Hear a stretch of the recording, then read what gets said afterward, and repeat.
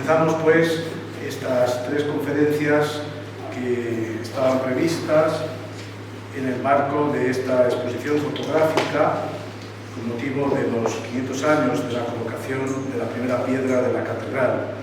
El Cabildo y la Junta de Cofradías han programado estas conferencias con una temática común que profundiza en el estrecho vínculo del templo con la Semana Santa segoviana.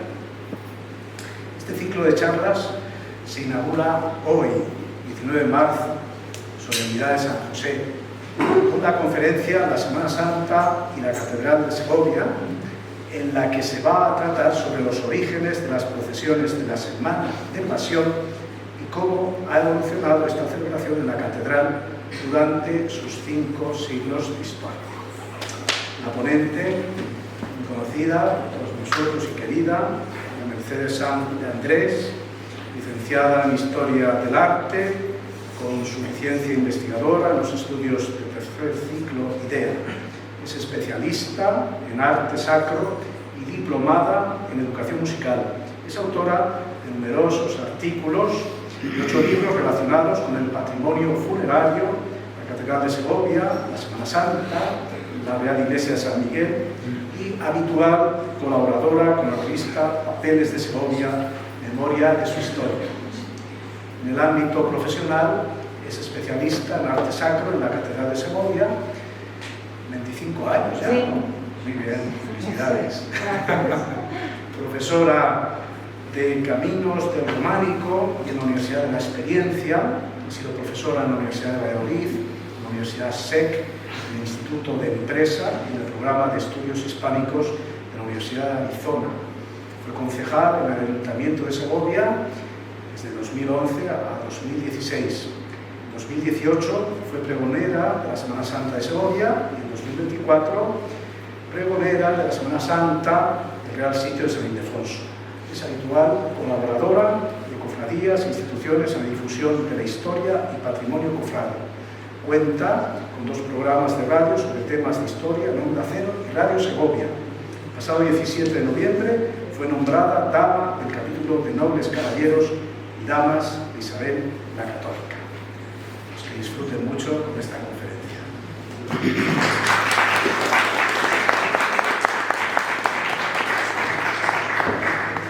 Bueno, muchísimas gracias, don José Miguel, por su presentación, por acompañarnos además en esta tarde. Gracias al Cabildo de la Catedral y a la Junta de Cofradías por invitarme a compartir con ustedes lo poco que sé, ¿no?, de la relación tan importante que ha existido entre la Semana Santa y la Catedral.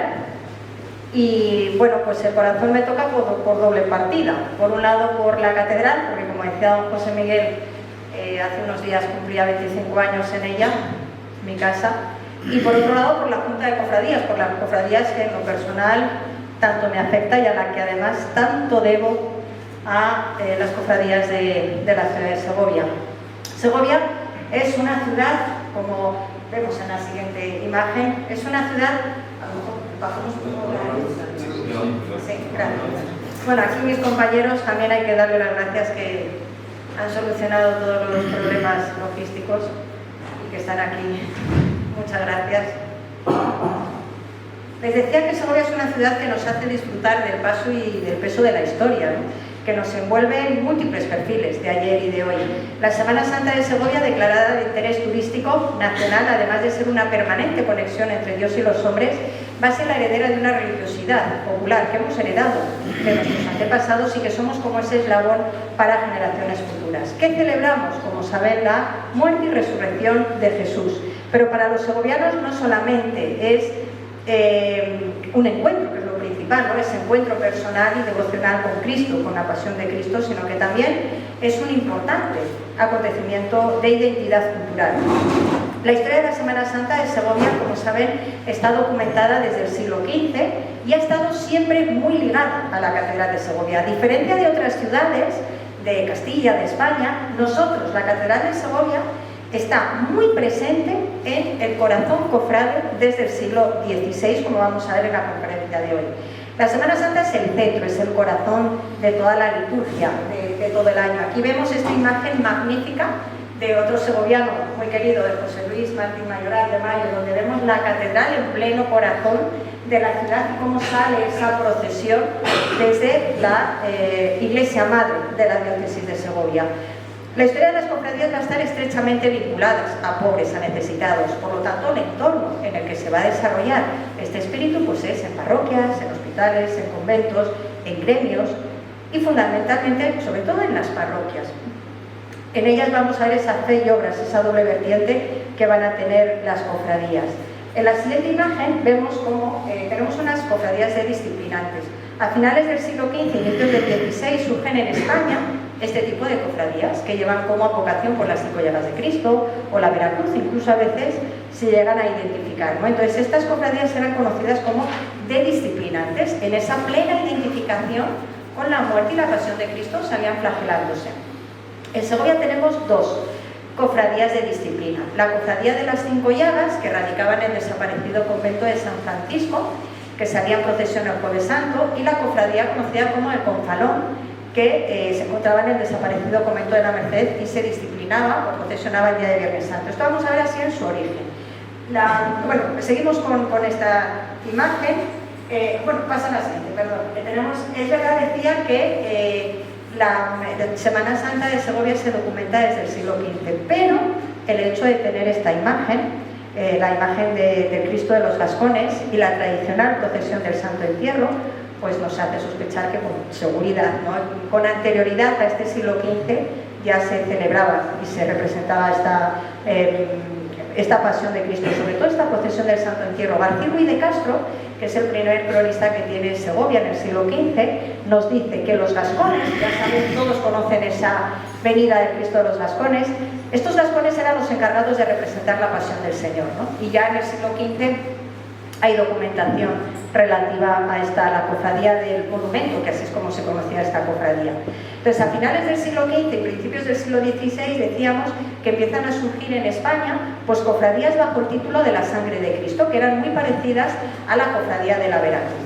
Entonces, ¿qué ejercicio tenían? Bueno, en la siguiente imagen podemos ver, porque hablábamos anteriormente de esa disciplina. Esta es una pintura de Goya, pero refleja perfectamente lo que es ese concepto de ir flagelándose, ¿no?, por las calles. Hablábamos de la primera de ellas, la cofradía de las 5 llagas, cofradía de disciplina. Esta hermandad o cofradía se funda en el convento de San Francisco con hermanos de la ciudad de Segovia y con los de Zamarramala. ¿Vale? Fijaos, los de Zamarramala venían desde Zamarramala hasta Segovia. En Segovia se unían a los cofrades de San Francisco y en unión salían con sus insignias y flagelándose por las calles de la ciudad. La primera referencia documental que tenemos es de 24 de marzo de 1596 y ya este texto dice que esta procesión salía desde tiempo inmemorial la noche del Jueves Santo. Entonces, iban desde el convento de San Francisco hasta ¿dónde? Hasta la catedral, que en esta época hay que pensar que estaba en plena construcción.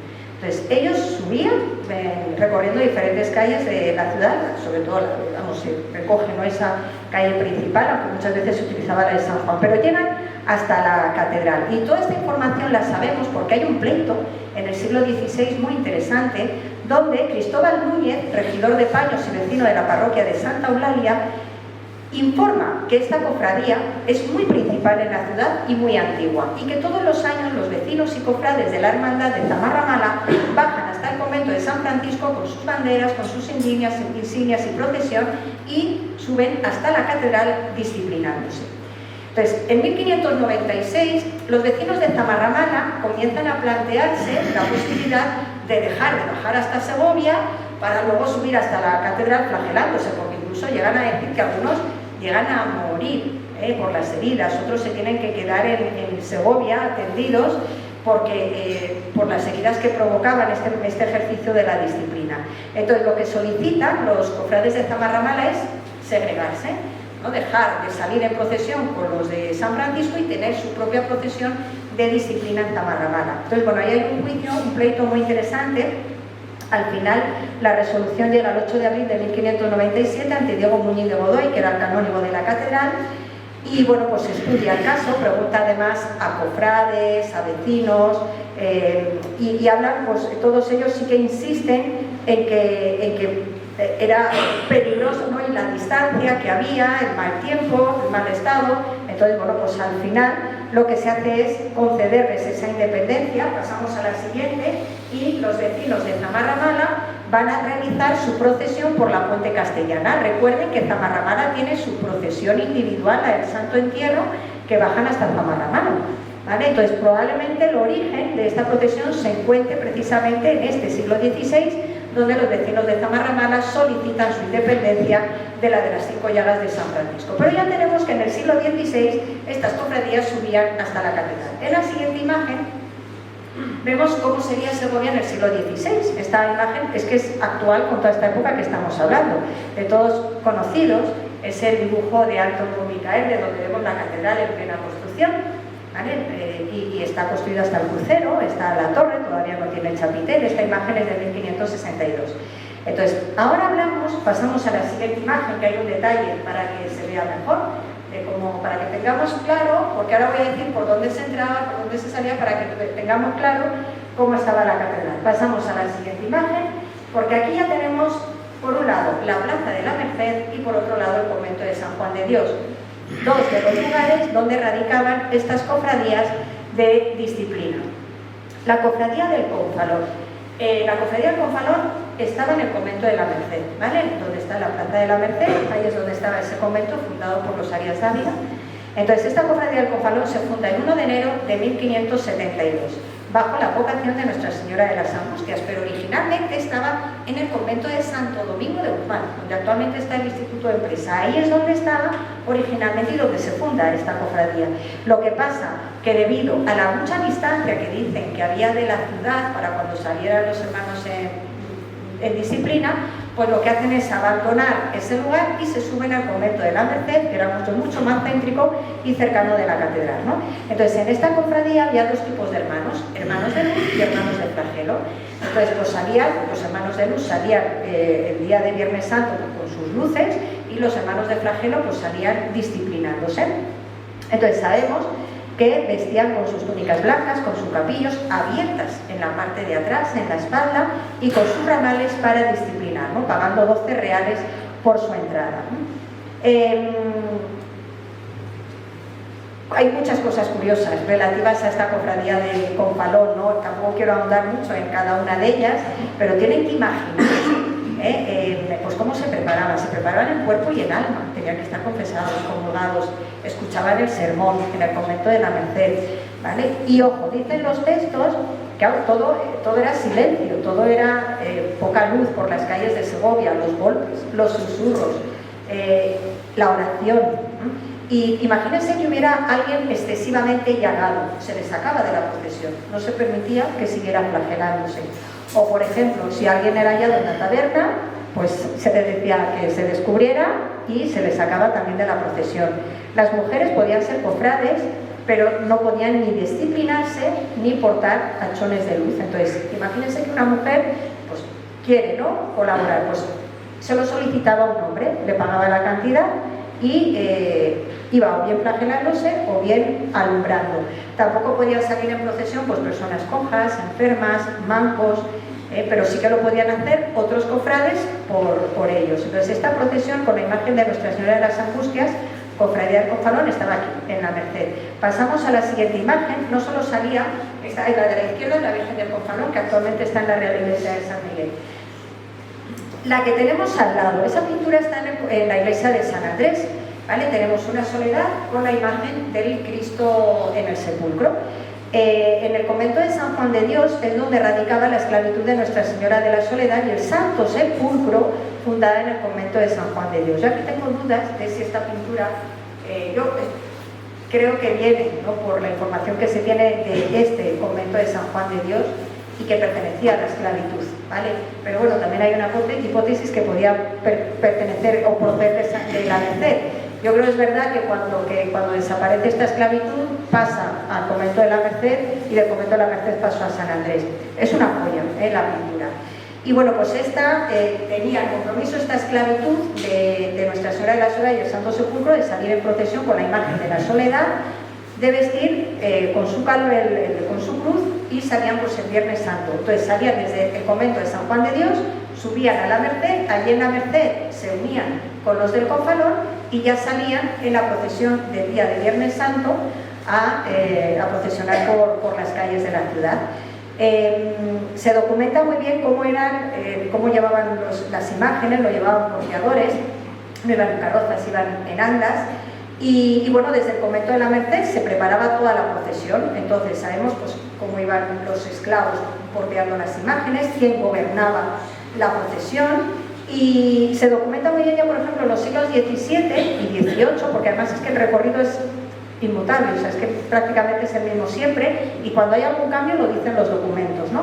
Entonces, sabemos que salían desde el convento de la Merced y se dirigían hasta la catedral. En la catedral entraban por la fachada occidental, ¿vale?, por la del Perdón, recorrían una de las naves de la catedral y salían por la puerta de San Frutos, y ya desde la puerta de San Frutos iban haciendo el recorrido por las diferentes calles de la ciudad. Bajaban por la calle Real, Nuestra Señora del Carmen, Acueducto, San Juan, San Agustín, la calle de la Victoria, que hoy en día es la de Ávila, llegan al convento de San Juan de Dios y ahí finalizaba la procesión, y luego los del Confalón subían hasta la Merced.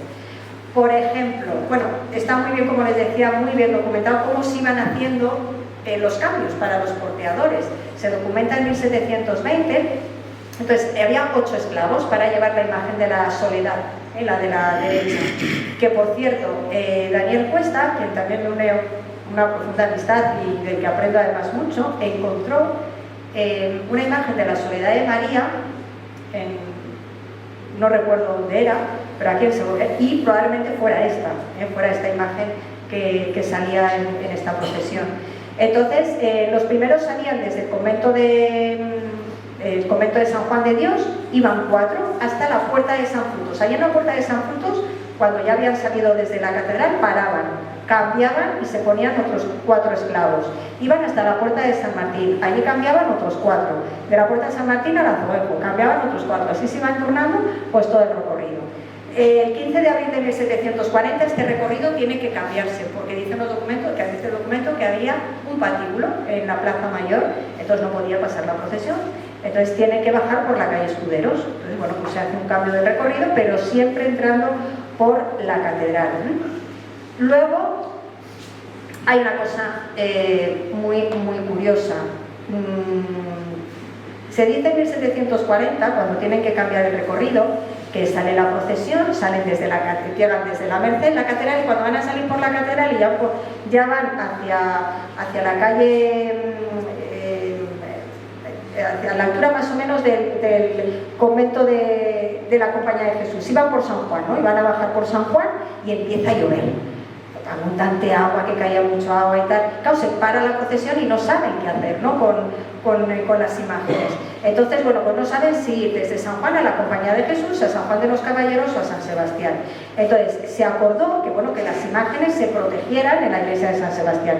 Pero fíjense cómo al final, yo me acuerdo, porque muchas veces digo, si es que nada ha cambiado, porque cuando llueve hoy en día en las procesiones, pues siempre está esa incertidumbre, ¿qué hacer con las imágenes?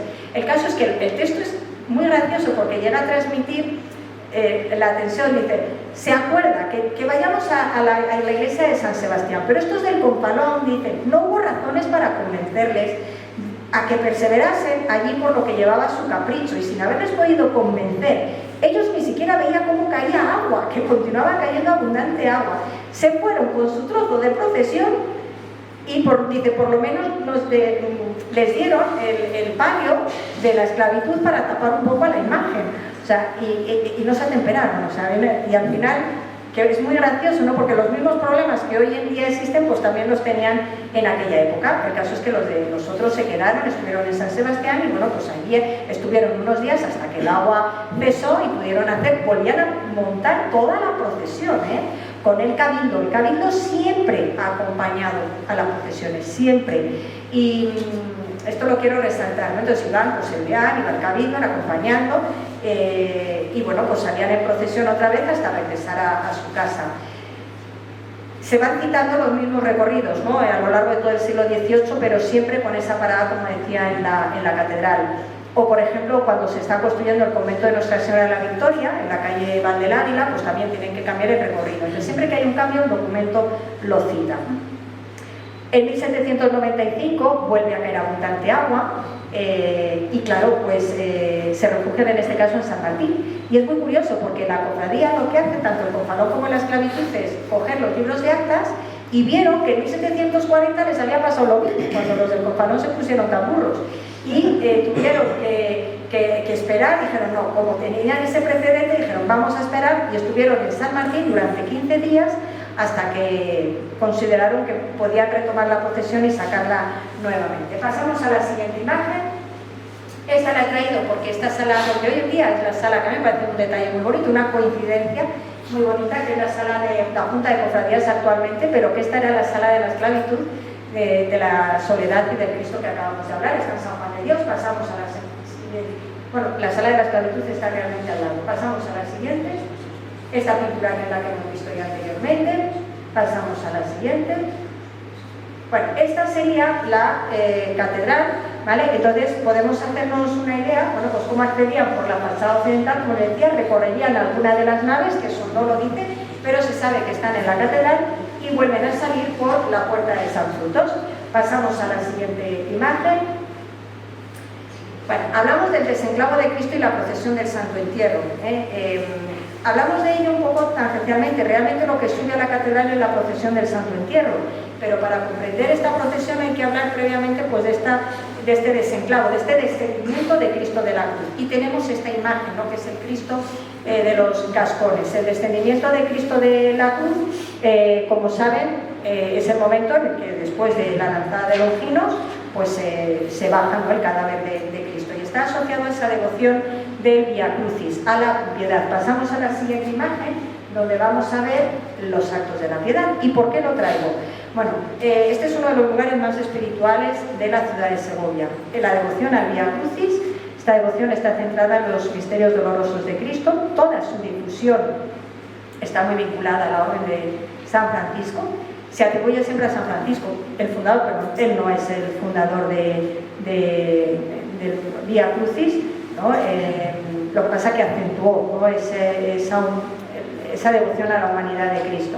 Los franciscanos llegan a Segovia en torno al año 1250 y su historia ha estado muy ligada a la procesión de los flagelantes y a la visita a las cruces o al santo Via Crucis, que se encargaba la venerable Orden Tercera de San Francisco, ¿no? Porque ellos llevan en su alma, en su ADN, la mortificación y la penitencia. Entonces ellos lo que hacían era andar el Via Crucis para visitar el Santo Calvario. Lo hacían tanto dentro del monasterio, que se documenta de una manera extraordinaria, con las calaveras, la columna, las sogas, la corona, todo tipo de detalles, pero también acudían caminando hasta este Via Crucis. Este Via Crucis, que se conoce como el Cerro de la Piedad, originalmente tenía otro de madera, no un Via Crucis de madera, que fue sustituido por este actual, que vemos. Pasa la siguiente imagen, a lo mejor se ve un poco mejor. Sí. Este de granito es de 1674-1679 y fue impulsado por la Orden de San Francisco. Entonces, cada una de estas cruces fue costeada por particulares, y lo traigo aquí, bueno, pues porque una de ellas la costea el Cabildo de la Catedral, ¿no? Siempre muy presente en esta devoción de pasional. Entonces, bueno, pues una la paga el cantero, otra lo paga la Venerable Orden Tercera, otra los carmelitas, otra el ayuntamiento, como decíamos, la congregación seglar de San Agustín. Bueno, pues diferente, y como decíamos, pues una de ellas, que es la que está más apartada, la costea el Cabildo de la Catedral. Este espacio está, claro, lo traigo porque esta ermita que vemos nosotros aquí de la Piedad no es la original. Originalmente, pasamos a la siguiente, es esto, originalmente, esta es la imagen, según el dibujo de Vicaer, le ven ahí a la derecha, ¿vale? Esa sería la que se llamaba, por cierto, Nuestra Señora del Tránsito y la Piedad. Entonces, esta era como una ermita típica castellana, con tejado a dos aguas, sería de adobe, barro, piedra caliza construido. El caso es que esa ermita construida, que es la que fue mandada a construir por Enrique IV en 1456, ¿no? Entonces, esa es la que vemos, con su espadaña, incluso se puede ver la espadaña, la ceja segoviana. Esa es la ermita original, la mandada a construir por el rey Enrique IV. Hay diferentes datos, ¿vale? 1683, donde se dice que se paga una urna para la imagen de Nuestra Señora del Tránsito. Es una virgen que está en la dormición de la Virgen. pertenece actualmente al ayuntamiento, es una joya, porque además es una iconografía muy rara. Entonces, permanentemente se van haciendo obras. ¿Cuándo se hace? Pasamos al anterior, por fin. ¿Cuándo se hace esta ermita que evoca el Santo Sepulcro de Jerusalén? Esto yo hay que ponerlo en relación con esa representación del descendimiento. O sea, lo que sí que tenemos clarísimo es que aquí se escenificaba el descendimiento de Cristo de la cruz, el desenclavo, que lo hacía la esclavitud, ¿vale? Del Vía Crucis. Entonces, probablemente es en el siglo XVII cuando se funda pues, esta cofradía, en 1693 concretamente, cuando a lo mejor pudo haber, ¿no?, esa transformación, ese cambio, y evoca el Santo Sepulcro porque está relacionado con todo este tipo de liturgia, es decir, aquí se representa el descendimiento de Cristo de la cruz, pero es que a continuación se hacía la procesión del Santo Entierro. Entonces, este Santo Sepulcro de Jerusalén evoca, o sea, es una evocación, ¿no?, de ese sepulcro de Cristo. Entonces, yo creo que como hipótesis, es que es el único argumento así para poder hilar, para poder encajar este tipo de iconografía y ese cambio, ¿no?, de una ermita castellana a este tipo de iconografía completamente diferente. Esta ermita de la Piedad, que teníamos como advocación originalmente Nuestra Señora del Tránsito, en su origen es fundación real, por el rey Enrique IV, en su origen. Dependía posteriormente de San Roque, pertenecía a ella, que San Roque era municipal. Desaparece San Roque y la devoción y todo el Vía Crucis pasa al Hospital de Santi Espíritu, que también es municipal. Y se pierde luego ya un poco la pista, porque es verdad que el descendimiento de Cristo de la Cruz primero se hace aquí, posteriormente se hizo en Santi Espíritu, luego en San Juan de los Caballeros, y la última vez que se representó fue en la iglesia del seminario, ya en el siglo XIX, y en el convento de San Francisco, lo que hoy en día es la Academia de Artillería. Porque como van desapareciendo los sitios, pues se iban acoplando a otros espacios, ¿no? Pasamos a la siguiente y a la siguiente. Bueno, entonces, después de la representación del descendimiento, que ahí ya les digo muchísima información de este tipo de representación, llega el momento de la procesión del Santo Entierro, que sí que es la procesión que va a subir hasta la catedral. Originalmente radicaba en San Antolín, era la cofradía del monumento. Hay un pleito muy interesante del siglo XV por la colocación y todos los problemas, cómo era el orden de las cofradías, si mi bandera la primera, la tuya, no sé qué. Pues en el siglo XV también hay un pleito y se menciona como cofradía del monumento. Esta cofradía del Santo Entierro también hay, yo tengo un dato de 1459, es una escritura pública que hace alusión a esta cofradía del Santo Entierro. Es verdad que tiene una refundación con sus constituciones en 1647 y bueno, pues finalizado el descendimiento se hacía esta procesión del Santo Entierro por las calles de la ciudad. ¿Por dónde acudían? Bueno, como saben, iban los escribas, los letrados, acompañados de niños nazarenos.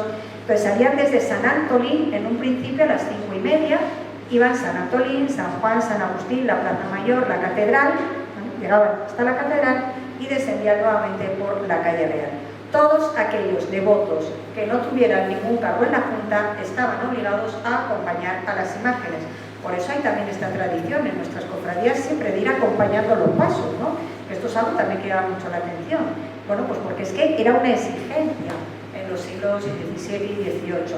En 1783, Carlos III hace todo un registro de las cofradías, ante el Consejo de Castilla, y hay una serie, se eliminan muchas, otras se mantienen. El caso es que esta, el Santo Sepulcro, adquiere la advocación de Real Cofradía de la Santa Venerable Esclavitud y Santo Entierro de Cristo de los Gascones.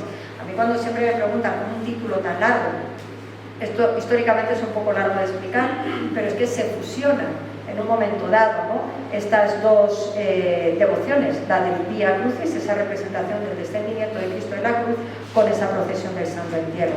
Cuando ya la procesión se realiza desde San Justo, comenzaban hasta las 6, hacían el mismo recorrido y llegaban hasta la catedral para luego descender nuevamente hasta la sala, en este caso ya de la esclavitud, ¿no? Pero es que también pasamos a la siguiente. Bueno, a la siguiente, esta es otra imagen de la procesión. Este sería el descendimiento.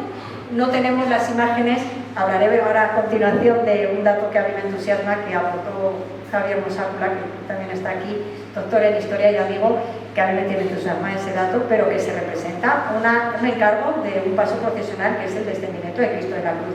No se conserva la imagen, pero sí tenemos el de Gregorio Fernández, para que se hagan una idea de cómo pudo ser dado por una comisión lo más numerosa posible. Si no pudiera asistir en corporación, como igualmente los señores beneficiados de la misma catedral, y si acordaron que salía una representación del Cabildo. El Cabildo también se comprometía a iluminar las naves. Claro, nosotros hoy en día esto dirán, pues qué raro, claro, tenemos luz eléctrica, pero es que en aquella época, esto estamos en 1907, todavía no había luz eléctrica en la catedral, esta llegará en el 62. Entonces eran las velas. Entonces, oye, les exige, ¿no?, que se comprometa a tener iluminada toda la catedral. Dice especialmente el crucero, y se acaban las reliquias de San Frutos, ¿vale? Y que se disponga, bueno, pues eso, con toda la iluminación posible. Luego, el paso, la crucifixión de la colección de don Julián Miranda Vistuel, que se pueda utilizar en las funciones de Cuaresma y que siempre esté al cuidado de la catedral, ¿vale? Otra, la catedral facilitará para el acto, la procesión, la bandera, que sirve para la adoración de la cruz en la Semana Santa, y acompañado también de 2 ciriales. Vamos a ver que sigue saliendo esa bandera del Cabildo.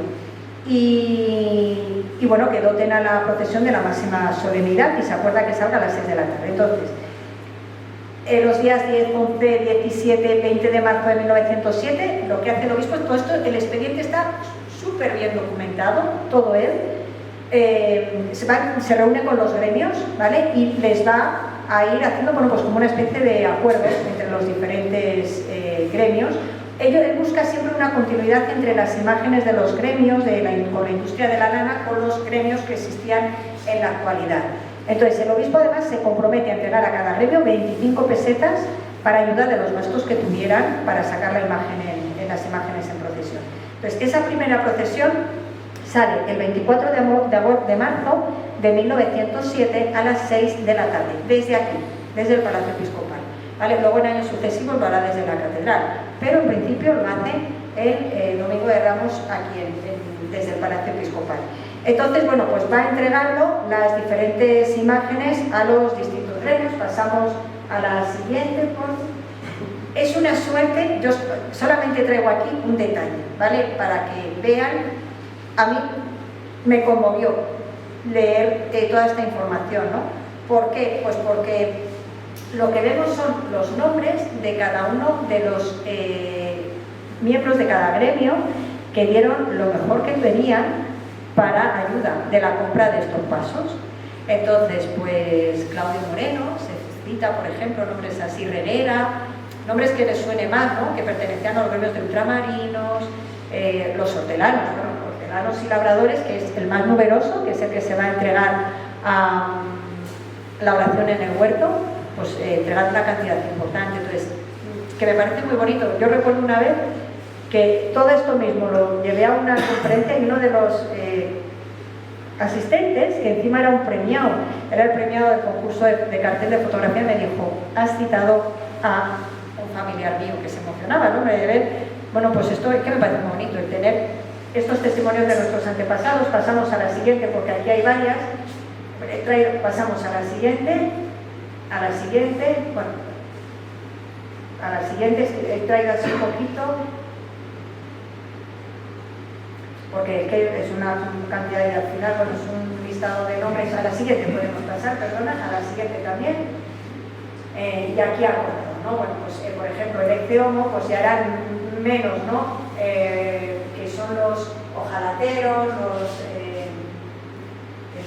herreros, pues son 47 personas y lo que entregan, ¿no?, lo que entrega cada uno. Y luego fíjense qué detalle, ¿no?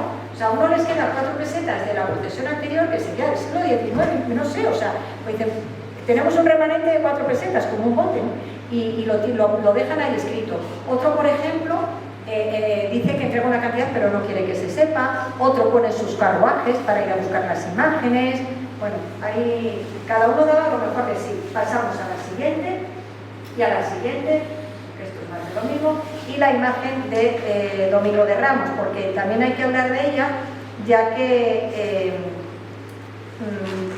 esta procesión de Domingo de Ramos, que en su origen salía la imagen del Confalón y un Sagrado Corazón de Jesús que hay en la iglesia de San Miguel. Pero luego ya, claro, es el gremio de maestros, fueron los maestros de la ciudad, quienes en el año 1964 encargan al escultor José María García Moro un paso de la entrada de Jesús en Jerusalén. Concretamente fue don Inocencio Santos Barata, que era como una especie de representante del gremio de maestros, los que encargan al escultor la realización del paso. ¿Con qué objetivo? Pues que fueran los niños de los colegios acompañando a la entrada de Jesús en Jerusalén. Entonces, este era el objetivo, ¿no? Lo que pasa es que luego el gremio lo que hace es donárselo al Cabildo de la Catedral. Volvemos a encontrarnos esta importancia de la Catedral en esta devoción. Por eso está en la capilla de Santa Bárbara. Pasamos a la siguiente, porque esto que les voy a comentar también está relacionado con la importancia de la Catedral en el corazón cofrade, no solamente en ese culto público a Dios, por ejemplo, el lavatorio de los pies. ¿Por qué traigo esta imagen del claustro? Esta es la galería del claustro, nada más entrar a la derecha, la que está pegadita a la pared. Aquí se hacía, en el siglo XIX, el lavatorio de los pies, el día de Jueves Santo. El Cabildo de la Catedral, hasta hace bien poco, elegía a 13 pobres de Segovia y provincia para que hicieran de apóstoles en el lavatorio. A cambio les daban sombrero, zapatos, camisa, cuello, pantalón, traje, comida, ¿vale? Y ellos tenían que hacer de apóstoles el día del Jueves Santo. Entonces lo hacían aquí, en ese banco corrido, y luego ya lo pasaron, después del Concilio Vaticano II, pasa dentro de la catedral, ¿no?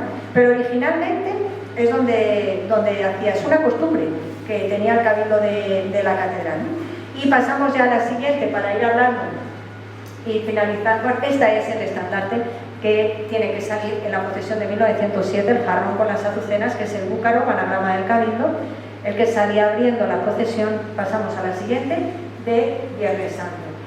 Vamos a ver las diferentes imágenes, por todos conocidos, ¿no? Pero hacemos un repaso de esa colección que ha encargado Julián Miranda Bistuer. Esta es la oración de Jesús en el huerto.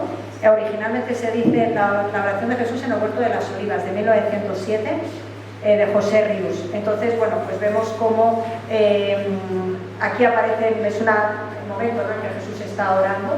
Toda la fuerza y carga dramática está en las manos, no sé, pero las manos son tremendamente expresivas, y es un momento de máxima tensión, ¿no?, una tensión emotiva, ¿no?, que tiene una fuerte angustia de Jesús en ese momento, ¿no?, de obediencia divina ante el destino que le esperaba. Pasamos a la siguiente, donde tenemos la flagelación de José Quisal.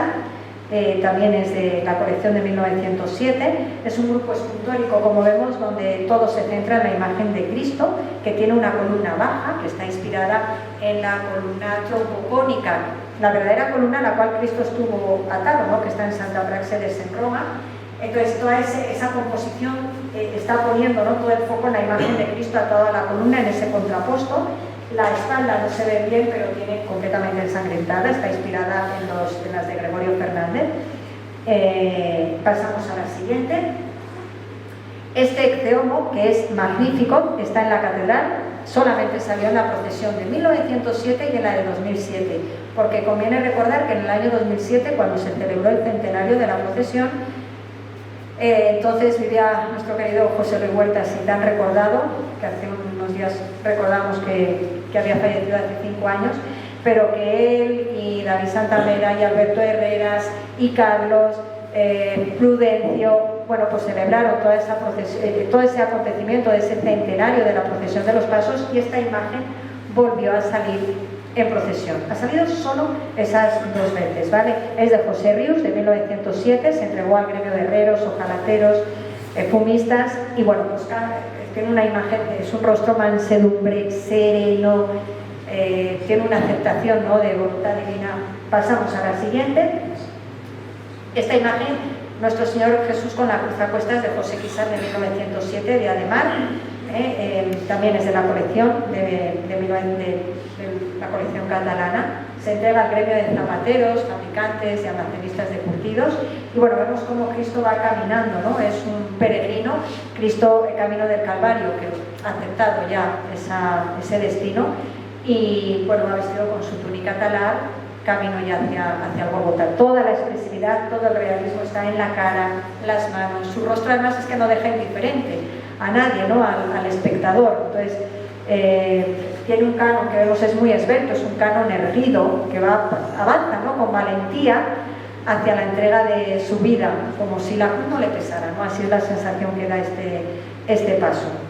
Pasamos a la siguiente imagen, que también procesiona con Ademar, que ya hemos hablado anteriormente de ella, María Santísima de las Angustias. De Ademar se atribuye, como decíamos, a la escuela de Juan de Juni, y bueno, vemos es de talla, madera, María está desplomada, rota de dolor, está en una roca, muestra su soledad y tiene un movimiento curvilíneo propio de este siglo, y hace que bueno, pues toda la escultura tenga un movimiento muy violento de todos los volúmenes. Hay una fuerza dramática impresionante, ¿no? En ese manto, esa toca, ese vestido, es todo un torbellino de pliegues, y es conocida como Virgen de los Siete Cuchillos y pertenecía a la Venerable Orden Tercera de San Francisco. Pasamos a la siguiente, que es el Cristo del Mercado, el Santo Cristo de la Cruz. Esta imagen no es de la colección de 1907, ¿vale? Como saben, procede de la ermita de la Cruz, donde predicó San Vicente Ferrer en 1411, y ya recibía culto esta imagen en 1529, ¿no? Es un Cristo gótico que, como saben, se le viste con esas faldillas y se va a incorporar a la procesión de los Pasos en 1939. Pasamos a la siguiente, que tenemos otra imagen, el Cristo de San Marcos, que tampoco pertenece a la colección del obispo don Julián Miranda Vistuer, ¿vale? Esta imagen se va a incorporar posteriormente también a la procesión de Semana Santa, y es un Cristo en 1996. Es un Cristo que todo él es de una sola pieza y luego se le ensamblan los brazos y la corona de espinas. Pasamos a la siguiente, donde tenemos esta imagen, el Santo Cristo en su última palabra, y la siguiente, la Soledad de María, que como sabemos son imágenes del segoviano Aniceto Marinas, otro gran ilustre de la historia de Segovia, ¿no? Que las cede en 1930 y la Soledad posteriormente a la parroquia de San Millán. Y bueno, qué decir, ¿no? De la imagen del Cristo muerto y esta imagen de la Soledad que está a punto de desplomarse. Pasamos a la siguiente. Esta imagen tampoco pertenece, es un calvario, es de la escuela de Olot, es de inicios del siglo XX, está en San Sebastián y no es de la escuela catalana, ¿vale? Es todo un triángulo, una composición triangular donde toda la mirada se dirige hacia Cristo. Pasamos a la siguiente, porque tenemos una piedad, ¿vale? Esta es la imagen que está actualmente en el barrio de San José, que se incorpora en 1990, de José Quisán.